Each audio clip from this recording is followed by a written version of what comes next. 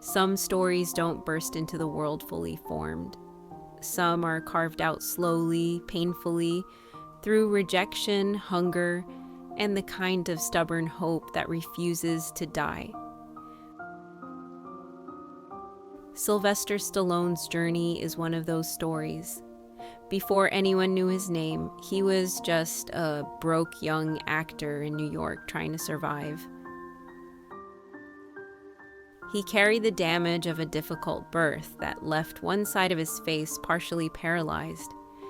His slurred speech, lopsided smile, and stiff expressions became labels, excuses people used to push him aside. Casting directors told him he would never lead a film, that he didn't have the look, the voice, or the presence. He heard no so many times that it became the soundtrack of his everyday life. He lived in a tiny, cold apartment that barely qualified as a room. The electricity was often cut. He worked small jobs to keep himself afloat, movie usher, cleaner, whatever he could find. But even those slipped through his fingers.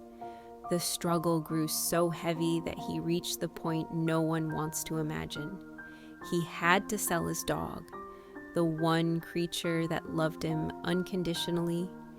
He stood outside a shop and exchanged his best friend for a handful of dollars because he couldn't afford food for either of them.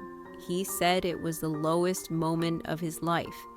Most people break long before that point, but not him. Not yet.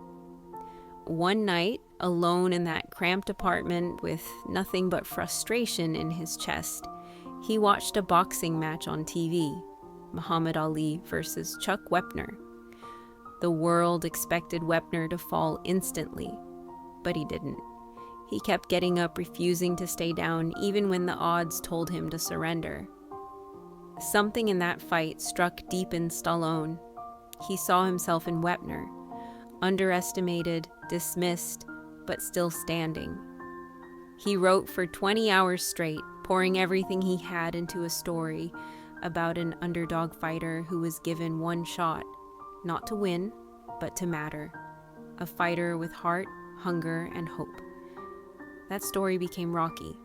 Hollywood wanted it immediately, but not him. They offered money, tens of thousands, then hundreds of thousands, but only if a real actor played Rocky, someone better looking, more polished, more marketable. Stallone refused. He had nothing, but he wasn't selling the heart of the story. Rocky was him. The struggle, the pain, the belief that life could change if you held on long enough. None of that worked without the man who lived it. Days passed. Offers rose. His bank account stayed empty. His fridge stayed empty, but his resolve didn't crack. Finally, a studio agreed. They would let him star in the movie, but on a tiny budget, with no guarantee of success. That was all he needed. He got his dog back too. He found the man he had sold him to and begged for him. He repaid the money several times over and brought his friend home. That dog, Butkus, ended up appearing in Rocky.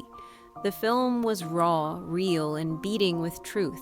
Nobody expected much, but the world felt the authenticity immediately. Rocky exploded. It won Oscars.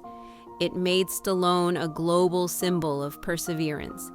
It rewrote what people believed was possible, and all of it, every scene, every punch, every moment, came from a man who once had to choose between food and the dog he loved.